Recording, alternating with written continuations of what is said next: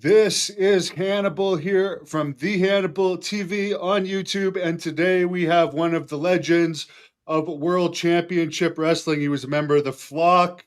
He was tag team partners with Buff Bagwell as the American Males. He's recently been working with DDP. He's recently been on Dark Side of the Ring, which we were just talking about. Scotty Riggs, how are you doing today, sir? Very good, Hannibal. How about you, brother? I'm doing great. You're a trooper. You just finished like a 4.5 hour drive and you're jumping right into this. Man, it's always the best way to keep your energy up by keep going. The minute you really lay down and get flat, can be done. And I was going to ask you about Billy Jack Haynes because I saw another interview with you where you were talking about him, but you brought him up just before we went on the air here. So Yeah. let's jump right into your Billy Jack Haynes story. Well, this is kind of just it's a great rib. If you know Jerry Lawler at all, he's a big time ribber. He rarely ever gets them pulled on him. Most of the time that I know of or knew. But we actually, when I was in Memphis at the time, which was beginning of '95, was there for 8 months. Billy Jack came in, and Billy was like, "Hey, kid, how you doing?" And we somehow convinced Jerry Lawler that I was the son of Billy Jack. I can see a resemblance. And we both had the mullets, both had the dark hair, kind of dark, the 5 o'clock shadow I had going on. He had that little, we won't call it that, mutton chops going at the time. So Lawler kept looking at each other. We kept looking and we kept it going.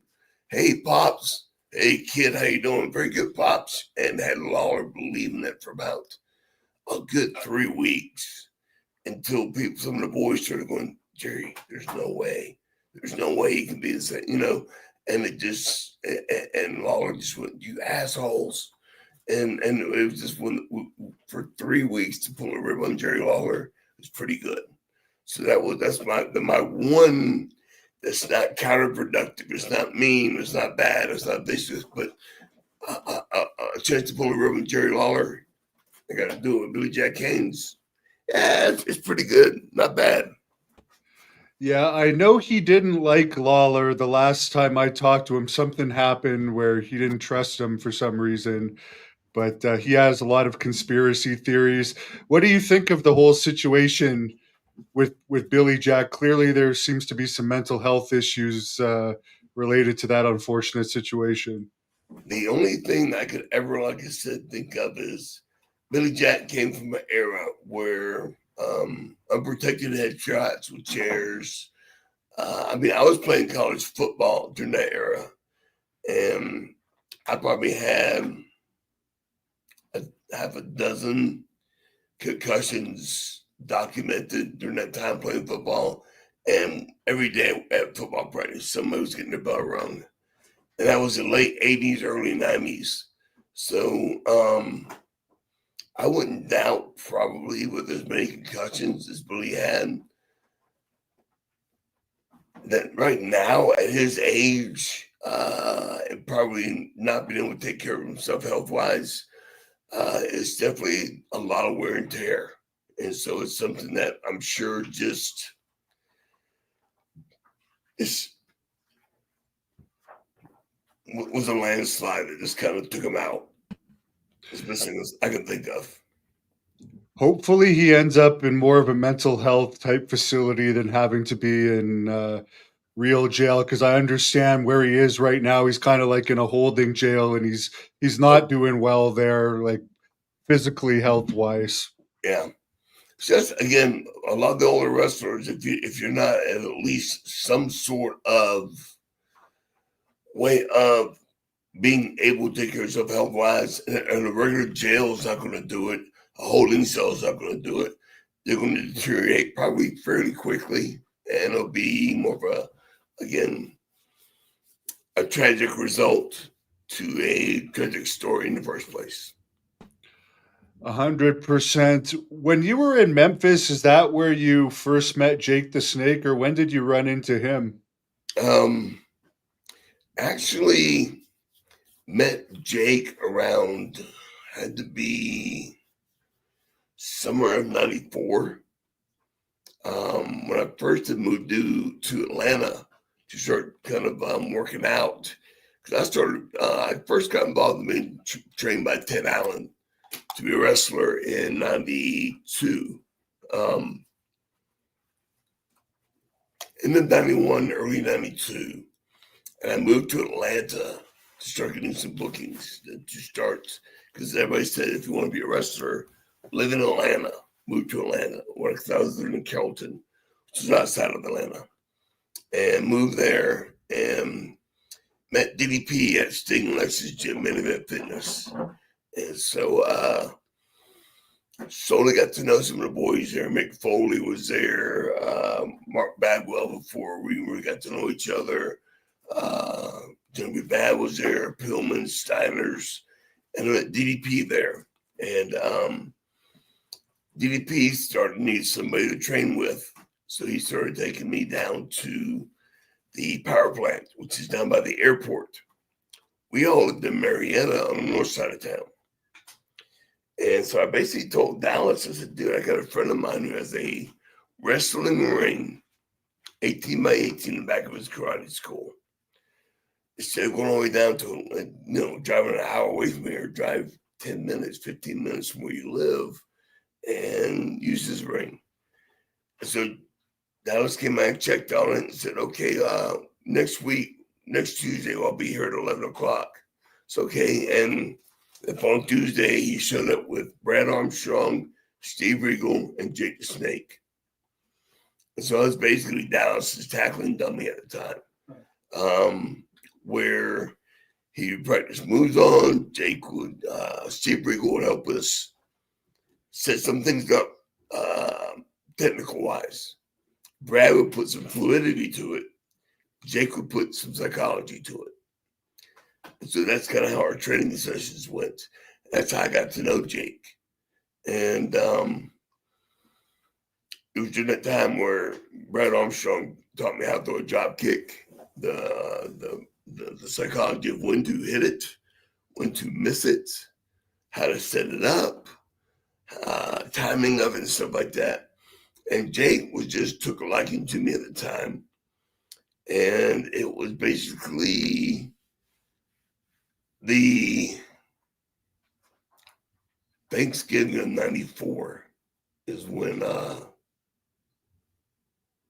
the show in South Georgia that I took Jake down to, and Jerry Lawler was working the show also, and Jake basically had Jerry Lawler to a match. And that's when I got my invite to start working for Lawler in Memphis. And he watched my match. I worked with Robert Eagle, who was doing Gorgeous George the third at the time. And we had our good usual match, me and George did. And Jerry walks in and says, okay, you want to come to Memphis to work? I said, sure, would love to. He goes, well, I can only guarantee you $40 a day, but you'll work 6 nights a week, twice on Saturday with TV. Or you work 5 days a week, twice on Saturday with TV. But to get experience, you get exposure. And so Jake was kind of like my catalyst into getting into there. And Jerry calls me up, or he had Randy Hale, who's the booker, called me up and said, January 15th, be Channel 5 Studios. Stay at the old Emerald Bimbo, I think is what the hotel was. But there are 2 Emerald Bimbos in Memphis. I stayed at the wrong one. There's one like right across the street from the studio, I think it was. I stayed one more downtown. But it worked out. Were the groupies still hanging around Memphis in those days, or had they left? Well, I got there, and I didn't know anybody who was going to be in the dressing room. I had not a clue of any of the people, except for I knew Tommy Rich was there. I wasn't quite sure if Tommy knew me from the Independence of Georgia. I walked in, and he was like, Scotty, baby, give me a big hug. Started introducing me around. And he goes, I got you right with Jamie Dundee. And I went, okay, cool. I didn't know who Jamie Dundee was at the time. And Jamie Dundee knew every one of the rats, every one of the freaks, every one of the party chicks. And so it was one of those deals. It was like from night one, it was like every town. Jamie knew every chick that was there, every rat that was there. And they were basically spending every night in the room, driving me nuts. But it was just one of those deals where Jamie, just case of beer, Jamie Dundee, smoke a pot, beer, and a broad. Jamie just capped off the night like that every night. I was going, Jesus, driving nuts. Jamie was a great guy, but it was something I wasn't used to, that kind of craziness of it. I mean, to be just boom, hit with it like a cement brick. I was like, okay. So I lasted about 3 months with Jamie like that before Brian Christopher came to my rescue. And then the next little over 5 months, trying with Brian where I could get workouts in and stuff like that. So it wasn't quite insanity, but we had fun. What's the craziest Jamie Dundee story you could tell us?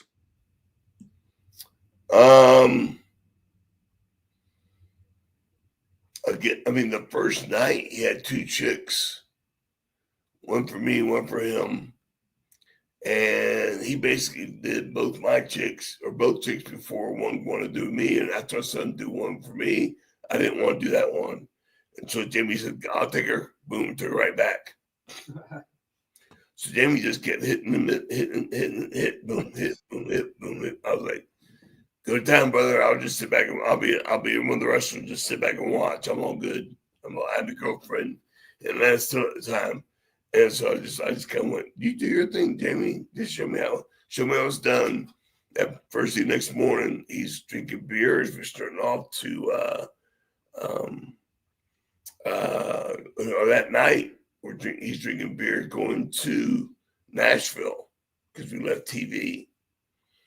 And then I didn't see him again till Tuesday as we were going to Louisville. So as Jamie went off with a chick, and I just got a hotel room the Knights Inn right off I-40. So I got a room. If you're only making $40 a night, are the girls paying for the party favors and the beer? Jamie had him doing that, yeah. So it was again, Jamie knew all the ins and outs. That's why Tommy set me up with him. So because Tommy didn't know if I was coming with a few bucks in my pocket, if I needed help, or what it was going to be. And Tommy knew I wasn't going to get it would take a couple weeks to get some money coming in through the office and everything else and selling gimmicks. And nobody, again, not all our fans knew who Scott Studd was at the time. They probably saw this new youngster coming in. And they just had barely enough time to do some promoting of a new kid coming in. So they were kind of getting a little bit of, I did my little promo myself and all that kind of thing. So I was just kind of learning on the fly. I had no idea how Memphis ran at all. So to me, it was just, and Jamie just boom, boom, boom. They were getting the beer, and Jamie already had smoke. I wasn't doing blame blow, so I wasn't used to it. It was not part of my shtick at the time. And Jamie had a little bit of everything going on. So depending on where you were is what he was getting his hands on. So yeah. Yeah, at that age, that's the kind of guy that you want. Yeah, well, again, it was a brand new kid to a territory. Jamie wanted me to be the new good-looking guy to help maybe finagle some new chicks for him, because he was probably getting tired of the old ones. So he thought maybe he gets, Scott Studd in here. That's why I was wrestling at the time, Scott Studd. So we got to get the kid in here, and maybe the kid can get some new talent for me. Well, back in those days too, wasn't it part of the wrestler's job to actually be with some of the girls to keep them coming back to the matches and those type of territories? That's what I was beginning to learn. That was my position on the card. Yeah. I had to go get some new talent for the guys. You know, and if somebody took a liking to you, steer them over to the hotel. Now, this is jumping ahead here, but it's a good question from Sean. Was there ever any offer for the American males to go to WWF to kind of reignite that tag team there after WWF bought WCW? No, basically because Marcus went in and already had carved a niche for who Buff was, and after he was pretty much fired to 3 weeks, there wasn't going to be much of an idea to bring him back together with me in there to do anything with the American males. So I mean, even Marcus will tell you after he got fired for 3 weeks, there wasn't much of a call to bring us back. I guess at some point you probably had some contact heat for Marcus, I guess, because I know he's very talented and he never reached his full potential. But was there ever like just contact heat because you were tag team partners and friends with them, and sometimes he had backstage heat? Well, I had talked to in WWF. Or in any company, in either WWF or WCW, or maybe when you were with him, maybe it was before he had an ego. Well, I didn't. When we had known each other just briefly across the Georgia Independence when he first started, and he got his time because he was about maybe 3 years before me. Because again, I played college football, and he pretty much went out of high school straight into wrestling. So he had maybe a 3-4 year start on me into being in the wrestling, and he hadn't really got any Buff Bagwell heat yet. He had a little bit of Marcus Alexander Bagwell heat or issues, but not really, I wouldn't say heat yet. He was basically stoking embers into what would be future heat. But when I started with them as the American males, he really didn't have any heat at all. There's a bunch of people commenting on the song. I'm one of the ones that actually liked the song. People make fun of it, but it was catchy. What were your thoughts about the song? Well, I do remember when Jimmy Hart put us together, he was thinking Fabulous Ones, Steve Kerr, Stan Lane, the Fantastics, Rockwell Express, that whole thing. And when the music was starting to play, he put a little disc in, and we heard it, and it doesn't start off bad. But at Devo, American Male, we just went. I swear to God, our faces went like this. And we looked at each other, and Jimmy was going, "Baby, isn't that cool?" And we just kind of went, "All right, yeah," and kind of got into it. And it was so cheesy that we knew nobody else had to what it could be with the tune. And think about it. That was 1995. It's 29 years later, and that song is still over like Rover. I mean, not really over like Rover. People still know that song, which is insane. And it's like an earworm. Once you hear it, you can't get rid of it.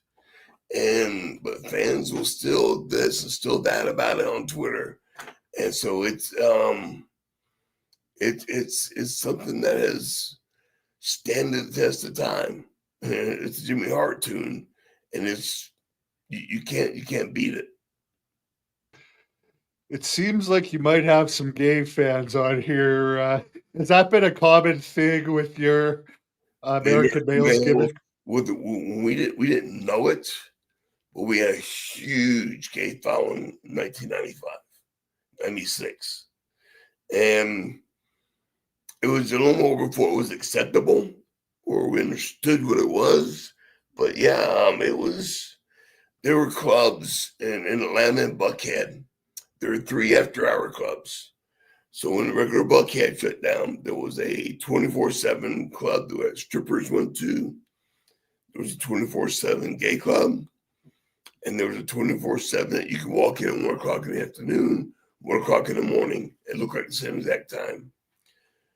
And we would walk into the gay club. And the guys knew we weren't gay, but they loved our look. So we walk in with our girlfriends or walk in with a big group of people, and nobody would hit on us, but they would stare at us. They would, maybe grab our butt cheek or whatever, but it was never like one of those issues where we felt confrontational over it. But it was something we had a huge fan base. It was, the gimmick was cheesy as all get out. When you saw us do this, we were always going, it ain't easy being this cheesy. And it worked. And you appreciated your fan base where it was back then. You really did. Whether it was gay, straight, chicks, whatever, you enjoyed it. And you just accepted what it was. Kevin Nash had a big following. So it was one of those deals where like you just went, cool, whatever it is, it's good. What would be like during your peak time in WCW, the average number of girls you'd have a week? Because I imagined with that gimmick, you'd be like a boy band type level of girls wanting you. Well, it all depended on like say we flew into just say we flew into LA and then we had San Bernardino or San Francisco and San Jose and maybe another town. So we had maybe a 4 or 5 day loop for a Nitro and then a Saturday Night TV day. But depending on where we flew into and where we flew out of would dictate on how many chicks we could have that week. If you flew to New Orleans, 3 or 4. If you flew to LA, 4 or 5. It all depended on where we were going. If you flew in somewhere where it was, in town, we were off of Thunder, or off the TV Saturday Night Show, but had house shows. It all depended on what the schedule was and where we were, and how we could make the most of it. Because back then it was also, you were just, again, being a new guy on the team. I was traveling with Lex Luger, Sting, and Bagwell, myself with the car. And so I was always driving.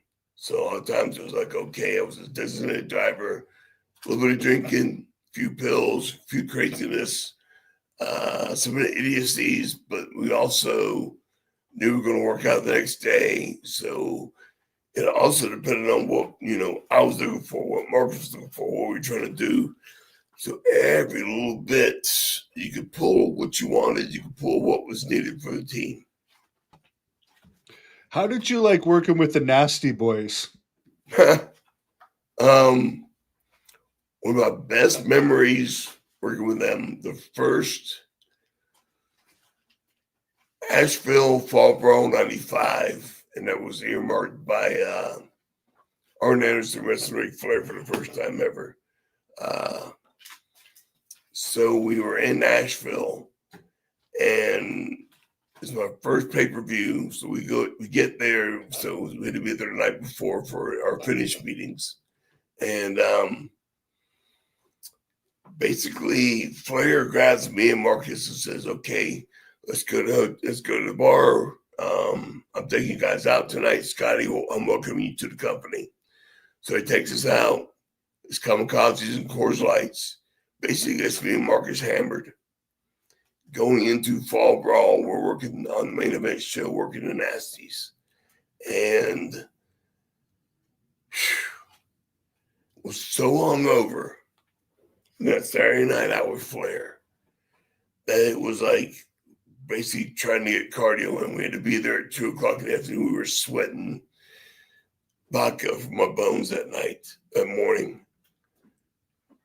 Locko with Brian Sags, or I'll go with Sags, Jerry. He pulls me into the corner, and you can count it if you want to watch it. 22 unanswered punches and kicks, live rounds. I'm bam, wham, bam. I'm going, what the hell is going on here? You can watch it. Brian runs down the apron trying to push him off. Jerry, what are you doing? What are you doing? Lighting up Sags. Pee Wee Anderson, the referee, is trying to get in there a little bit, throwing an elbow. What are you doing? What are you doing? Marcus gives him a shove in the back. And Jerry just goes, I'm just welcoming him to the company. And so he lights me up.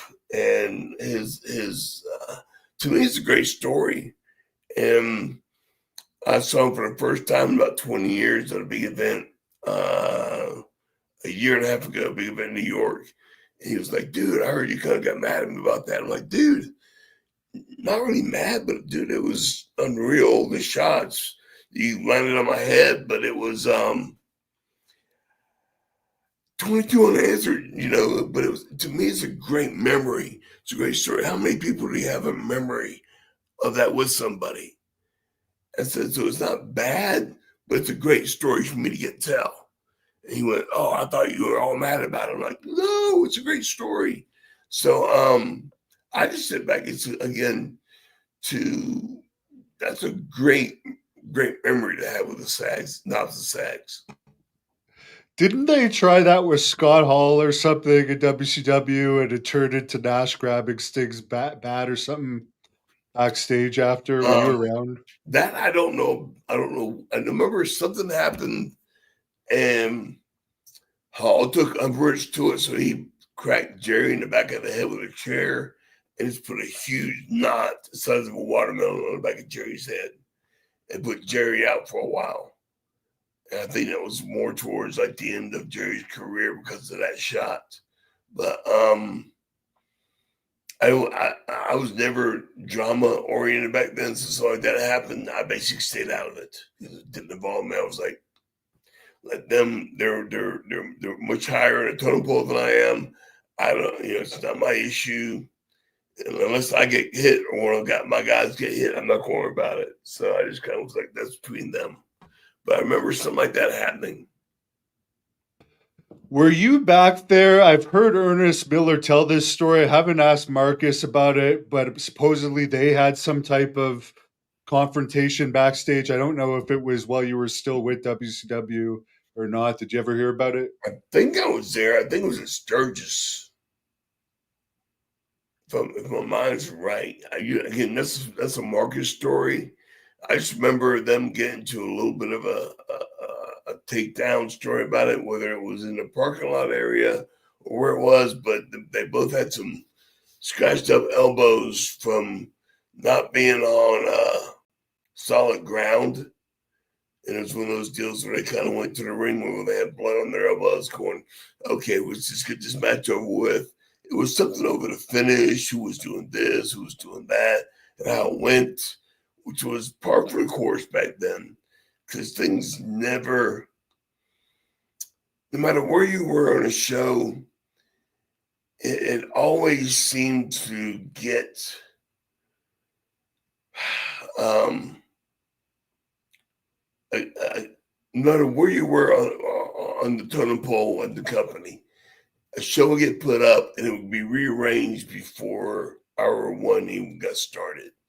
And everyone got everything I thrown into kerfuffle all the time. Everyone was arguing about who should go over, who should lose. So it was a time that you just sat back and went, all right, whatever it is, it is. I'm going to enjoy my spot because I'm making pretty good money. I'm not going to argue about it. And I'm learning still because, again, my first match was February 6th of 92. And here it is. We're in 97, 98, 99. So I'm maybe 5-6 years into my career.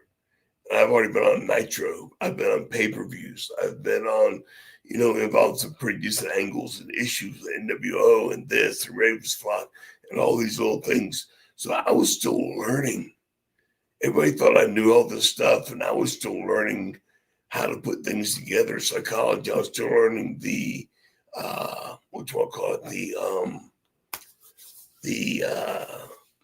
etiquette. Like I would have lasted one day in WF at the time, or WF with their locker room hierarchy. because I would not have known how to embrace it, how to take it, how my position. I could have been thrown out quicker than Miz was, and not make my way back because I would not have known how to. I knew to respect guys, but I didn't know how each company ran their way.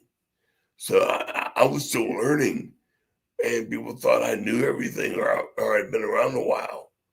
I just got lucky for my timing and to be in the right place at the right time, to be on TV and make good money and be in good positioning. I heard that you roughed up Stevie Richards at one point. Was that WCW or ECW where that It was happened? WCW. It was at a house show, actually.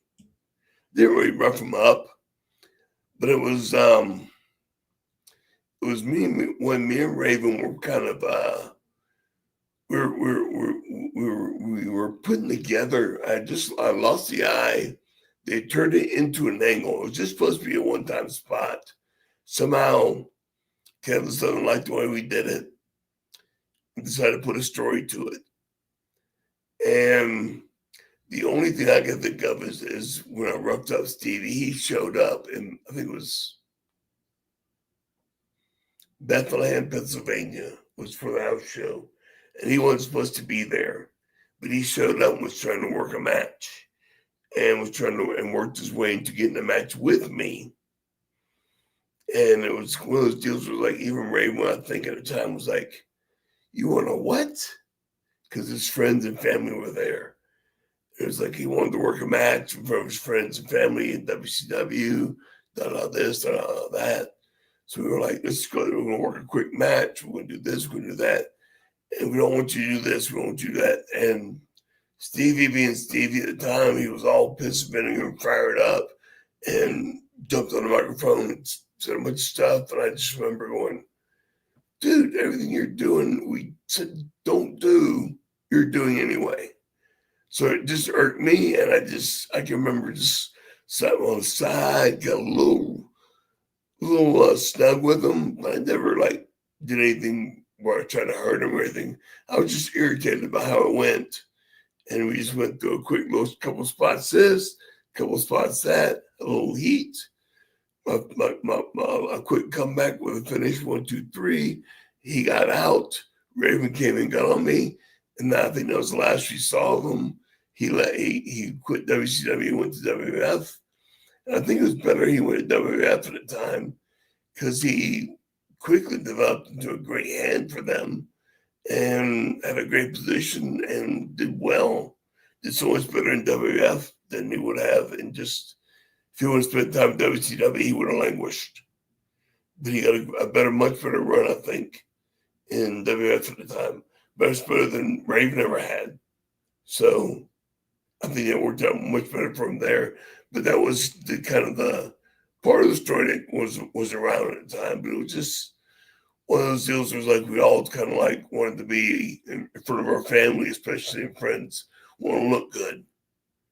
And it just was not the right time. And I've heard you say you had some heat with Terry Taylor, who's not very well liked in this business overall, but somehow he always keeps the job. A lot of people say he's a stooge, but could you tell us the story of, I guess you took a girl that he wanted to be with or something like that? I really didn't take her. She took me, is the honesty that I can remember of it. Because we were in Louisiana, we were in New Orleans, I think. We were at the hotel. We were all at the table, and Terry was sitting next to her. If I remember, Lex and Marcus were there, and a couple other girls were there. And I just remember getting hammered. And I got up, and I kind of pushed the table away to get up, spill some drinks. I'm like, I'm going back to the room, I'm done. And all I remember is I went back to her room that night and went to bed. A couple hours later, here comes here comes Marcus in the room with the girl. And the girl jumps into bed with me. And I found out the next day that she kept talking about me after I left. Lex and Marcus took her to Waffle House to eat with Terry Taylor. She went back with Marcus and Lex. She went with Marcus because she wanted me the whole time. Couldn't stop talking about me. And then the next day I was bragging around Terry that I had her, that I had sex with her, fucked or whatever. And Terry didn't like that. My biggest heat issue came with Terry on a flight, a red-eye flight, either from it was West Coast, so it was a red-eye, so it was either from Vegas or from LA. To where we're in coach, exit row seat, exit row aisle. There's J.J. Dillon on the aisle. I'm in the center, and Terry Taylor's in the window seat. I'm sitting there going, this is going to be miserable. And all I can remember is the stewardess walks up and goes, Mr. Riggs, would you like to grab your bag? You've been upgraded first. And Terry pitched a fit that he had better mileage, he was more higher ranking mileage or whatever, and that he should have got the upgrade, not me. JJ didn't care. JJ was going to sleep. He done his JJ position like this on his seat. And I just went, I got up, sat up, got my bags. Yes, ma'am. Can I get a Coors Light? She said, sure. I just remember looking back at Terry and made a face at him, and he was furious that the rookie didn't give up his seat to the veteran. So I guess some of the guys still did back then. I didn't. Went up, got my seat, and from that point on, I had a lot of heat with him. I think a few weeks after that, speaking of Dick Snake, he's calling. I have to. Put him on speaker. I'm not going to do that because I have no idea what he wants to talk about. Yeah, no, I'm just joking. But long story short, with it,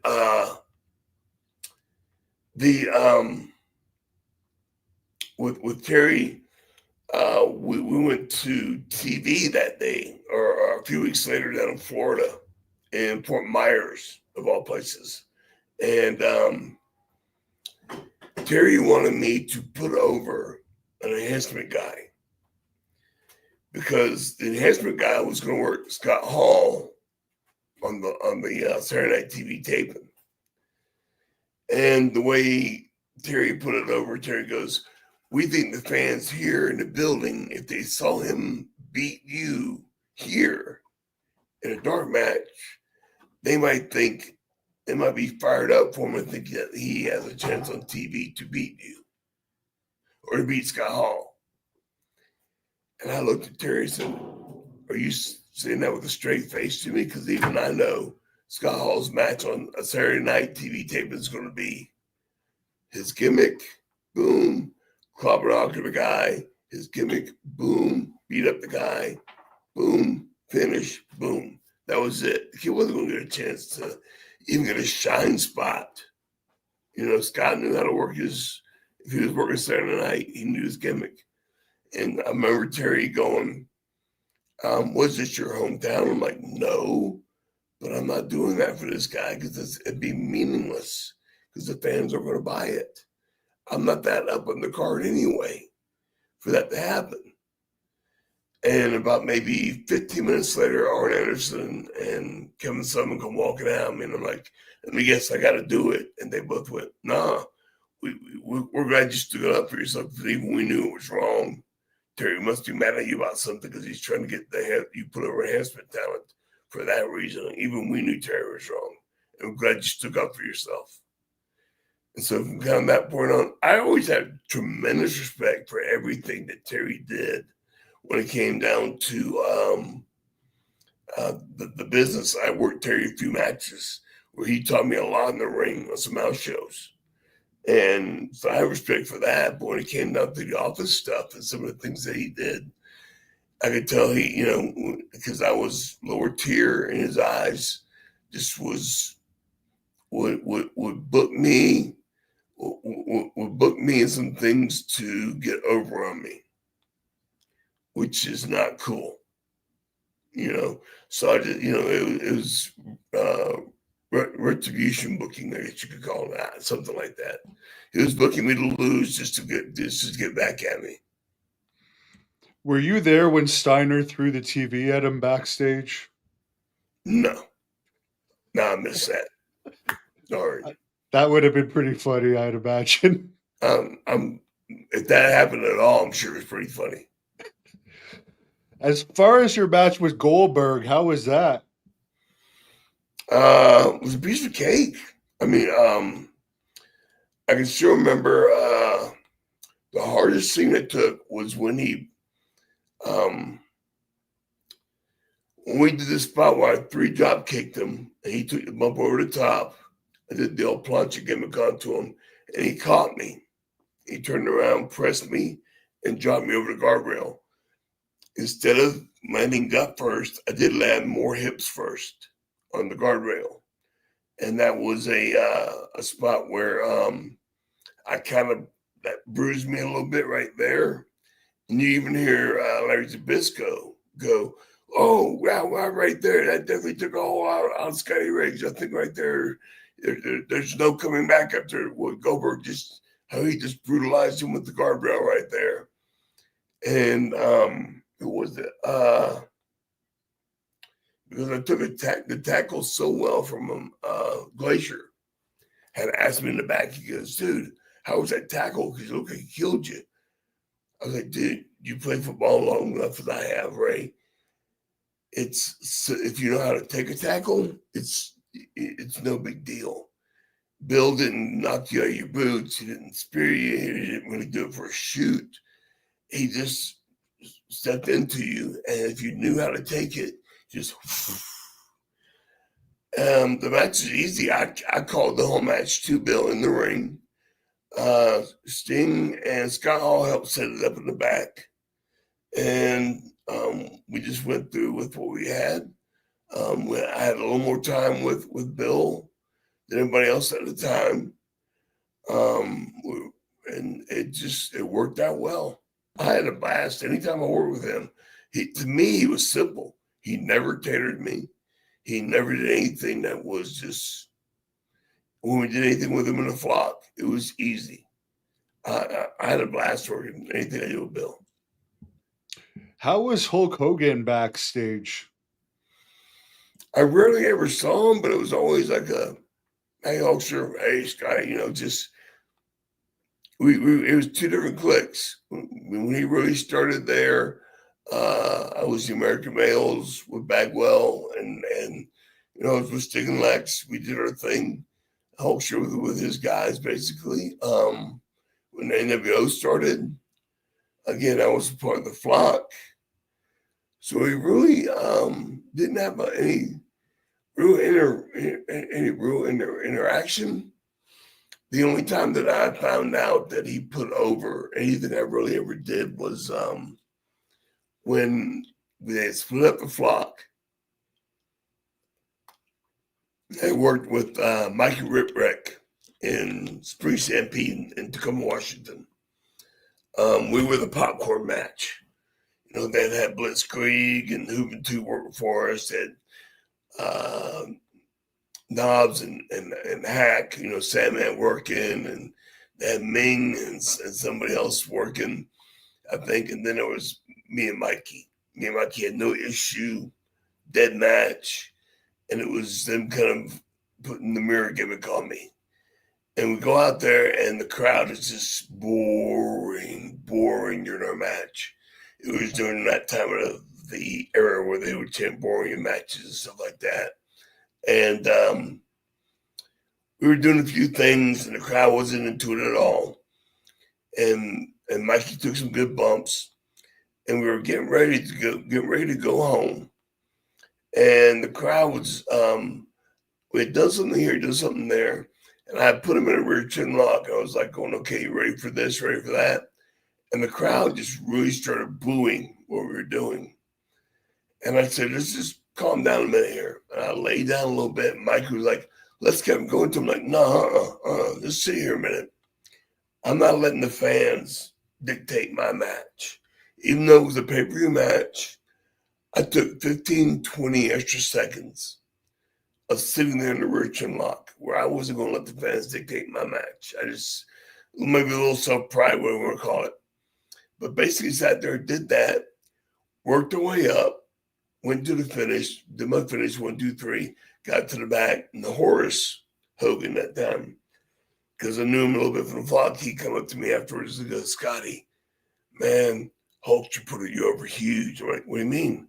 He goes, they were watching your match and they were in the back going, this is a pretty solid match and the fans are shitting on it. It kind of sucks. 2 times the guys, you know, they were just kind of into it.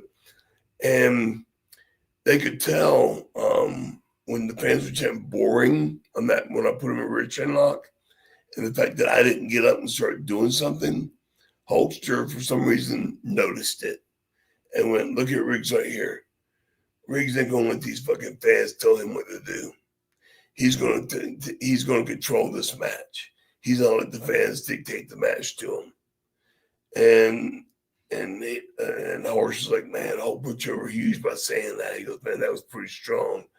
And to me, that was kind of the ultimate attaboy from Hulkster, was to say, hey, you don't let the fans dictate your match. They should never dictate a match in the first place. But, you know, for me to be in that position and to hear that, that's just a good little thing. Whether he said it or not, I wasn't there. But Horace Hogan wasn't going to tell me something in 1999 that really didn't happen. You know what I'm saying? Because who's it going to benefit? Nobody really. Suck it up to you when he's Hulk Hogan's nephew is not going to make any difference. Who am I? You know, for real. What about the Warrior? How was he backstage? Again, very little interaction. All I remember is meeting him, shaking his hand, and kind of going, you got a hell of a job, kid. I'm like, thanks, man. I appreciate that. And that was about it. All anybody knew all my history was I had a good job kick. From anybody that came in, Kurt Hennings did the same thing.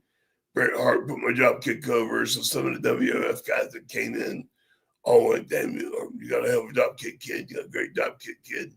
So that was kind of like my calling card.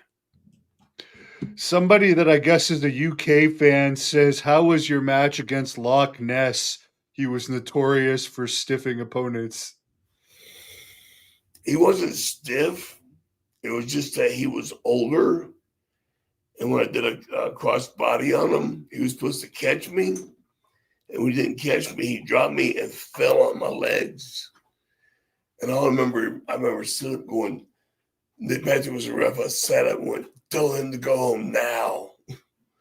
Because he fell on me. He dropped me and then fell on me. And then he had to work his way up. And if you watch him, I'm just sitting there going, go home, elbow me. And I lay down and he was telling me to do, you know, to lay down like that with his hand. I'm like going, do it already. You know, so I didn't know who he was. I didn't know his health. It was that bad at the time. So I didn't think it'd take him forever to set just jumping up on me, but it did. But it was just one of those things where it's like he was blaming me for having too much oil on and all these little things. But it was just, again, it wasn't, they fed myself, Alex Wright, and Mark Bagwell to him to set up him to work an angle with Hogan. And when I saw that he couldn't work the match with us, that he basically, when he couldn't work the match with us three, they transitioned him instead of working with Hogan to working a match against the Giant. So that's the only real memory I have of Loch Ness. Yeah, that's not the type of guy Hogan would want to be in the ring with. Again, I didn't know anything about him. Some of the other guys, like maybe I think Fit Finley and Steve Regal did. They knew his background and stuff, but I didn't know anything because of UK. I didn't know a whole lot of UK stuff at the time. You wrestled Ric Flair a bunch of times. How were those matches? Loved them. The first couple, Rick knew I could do this or do that, or he knew that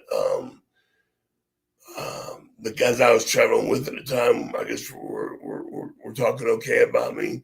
So he started giving me a little bit here, a little bit there, other than just your patent and stuff. To where I actually got to sign him up when he calls, sign me off the top. When he gets into his, you know, his backside spot, a small package in the figure 4. He's giving you spots he would give elevated guys. So I went from my first 2 matches were kind of like, eh. Me and Marcus had some matches against him and Arn, which were like, he saw that I could do stuff. Then 1 or 2 other singles matches. So each match I kind of got a little more in each time. So I was having fun working with Rick. Did you ever get the chance to party with him? A couple of times. Like I said, my first time in, my first pay-per-view was that Fall Brawl 95 match. Oh, yeah, he got you drunk, yeah. Got us hammered. So that was my Nasty Boy story. Yeah, it was Rick getting us to where it's just kamikazes and Coors Lights. Did he ever do his little naked under the road trip when you were around? He showed up once downstairs in his robe, but beyond that, I saw it then, but never really didn't see it on the road that much more. Because again, we were all, it's kind of at a time a little bit where we became a little bit cliquish too, where your one group would be here doing this, or your other group would be here doing that. And so we didn't always mesh who would be around at the end of the nights. So it was a time that really didn't like, we weren't doing major tours. Like they were after doing big tours, the Play Right from Hell, that type of thing. You got to see it a little more. WCW was doing smaller tours, so we didn't have like Rick on every tour we were on. So if I was on maybe 1 or 2 other tours that Rick was on there, I might have had just to see that a little more up front, up close and personal, but didn't get just to do it. I heard that you used to ride with Lex Luger. Were you guys pretty good friends? We traveled a bunch together, and he was a lot more closer to Marcus than myself. And again, it all depended on where we were. And I actually got to play more golf with Lex than travel with Lex. Because there'd be days that I would get a phone call, hey, Mark can't join us. You want to meet up with Rick Steiner and Zabisco and myself over at one of the golf courses, White Columns, and play with us, or Norton's joining us, or this, that, the other, and we go play golf together. So we ended up playing a little more golf together than actually training or traveling together. So you were hanging out with Bagwell and Luger, which had 2 of the biggest egos at that time. I guess you were pretty laid back to deal with that, or did they act more down to earth around you? They did not act down to earth. They were still being there. I mean, we were friends. They weren't like anything was like talked down to, or being nose in the air. Because again, Sting was with us a bunch during that time too. And my first real interaction with Lex was that first Nitro we had in Minneapolis. And we're eating dinner after the show, and it's Lex, Sting, Johnny B. Bad, Alex Wright, Brad Armstrong, I think, myself, and I'm trying to think if anybody else is with us. But we're sitting there eating, and those guys are like, boom, 5 or 6 bites, and everyone was done eating at the table except for me. I'm like 2 or 3 bites in, and they are done, and I still have half a plate to go. And Alex goes, no, Scotty can't hang with us. This ain't gonna work. He can't keep pace with the eating. This ain't gonna work. I'm sitting there going, I'm just coming in from Memphis. This is September, of 95 or early September 95. I'm sitting there going, oh my gosh, I've only been there a few weeks. I'm already getting Lex Luger is already saying I can't travel with them. What the hell am I going to do? And I'm getting a little nervous, to be honest with you, because I was complete greenhorn. Am I going to be riding with everybody else, but still tag with Marcus? I didn't know what my positioning would be in one sense. And kind of like my face must have read something out of the Sting walks up to me and goes, Scotty, don't worry, you're good. Lex would not be busting your chops right now if he didn't like you. You're okay. I went, because he was just busting my chops. And again, if Lex had probably not said a word, then I probably would have something to worry about. But that was just kind of the way it was back then. And just slowly but surely, one next over, I sped up my eating habits a little bit more and became a little bit more part of the on pace to eat, to keep up eating with the guys. That reminds me, wasn't there some type of groupie story at that from that first Nitro with you, Buff, and Alex Wright at the Mall of America? I think there might have been, like, after a show, 3 chicks that we all took to the bathroom together separately, or 3 together, but 3, and each of us in a different stall. But nothing that was like out of the ordinary for the moment for myself and Marcus, and I guess Alex being part of the youthful generation at the time. Again, because I was just getting to know Alex too. I was there 3-4 weeks at a time. I'm just picking up the pace with these guys, being on the road with them. So I guess I kind of was seeing a little bit how the guys acted away from the ring, and they were kind of opening up a little bit to already let the rigs guy in on the action, what was happening. So yeah. I heard when you were with the flock in the crowd, sometimes they'd sneak you guys beers and sometimes the fans would attack you. Could you tell us anything about the fans attacking you during those times? They really wouldn't sneak us beers. We'd give them money to buy us beers. And Jackie Crockett, who was the guy who worked the cameras on the side of the ring that we were always on, would always walk over and give us the Iggy and one the camera when we had 30 seconds going to commercial and a 30-second break when we were coming out of it. And one of the biggest times was when the Georgia Dome, when me and Perry worked with Mongo and Benoit, and who was it? We went over on them, and Van Hammer, instead of walking us down the side of the aisle and going back through the dressing room, took us back, started leading the group of us up through the crowd. And we just kind of because we were winded, whatever, started following Van Hammer. And when we're following Van Hammer, it's not a recipe for paying off to our benefit, basically. And so we went up there, and next you know, the fans are pissed. And, we're throwing punches at people going, what the hell? What are we doing? We're going back to the crowd. And we're throwing punches left and right with fans. And Hammer's leading the way, throwing punches. And we're going, son of a bitch. So we get to the elevators. We're like, Hammer, why'd you bring us up to the crowd? Because that's the way we came, man. We're like, oh, no, we should have done this.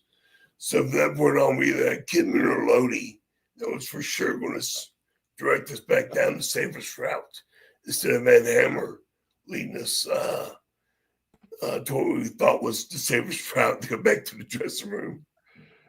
The last I heard of Van Hammer, he had accidentally injured a kid or something with a car. Have you heard anything on whatever came out of that? I had not even heard that. I saw him last year before Christmas. He came down for Dallas's Christmas party, and it looked great. Still a good sized guy, great definition. Just wasn't working on wrestling anymore, and has a great gig away from wrestling. So, but I heard nothing about him injuring anybody, so I don't know anything about that. That's good. Yeah, that was in the news story about 3 years ago. So it probably he got off or something. About that. It was 3 years ago. That was So he's doing all right. He definitely had a contract for a long time at WCW. So hopefully he saved his money well too.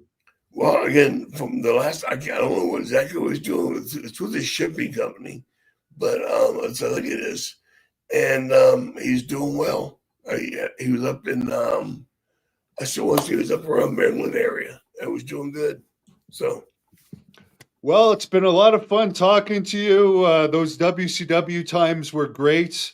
I'll let you close this off with whatever you want to tell the fans, and hopefully we can have you back on again sometime. well, it was definitely a blast talking with you. Hopefully, next time around, we'll get some ECW chit chat in there with Van Dam and some of the fun I was able to have in the ring with him because me and Rob got to know each other at the very, very start in '93 ish part of my career and became really good friends. And to actually kind of finish my ring wrestling as I kind of started with him at the end of ECW was a blast. And so hopefully we'll get some of those stories in because it'll be fun to come back on. We give you a reason to come back on the show again.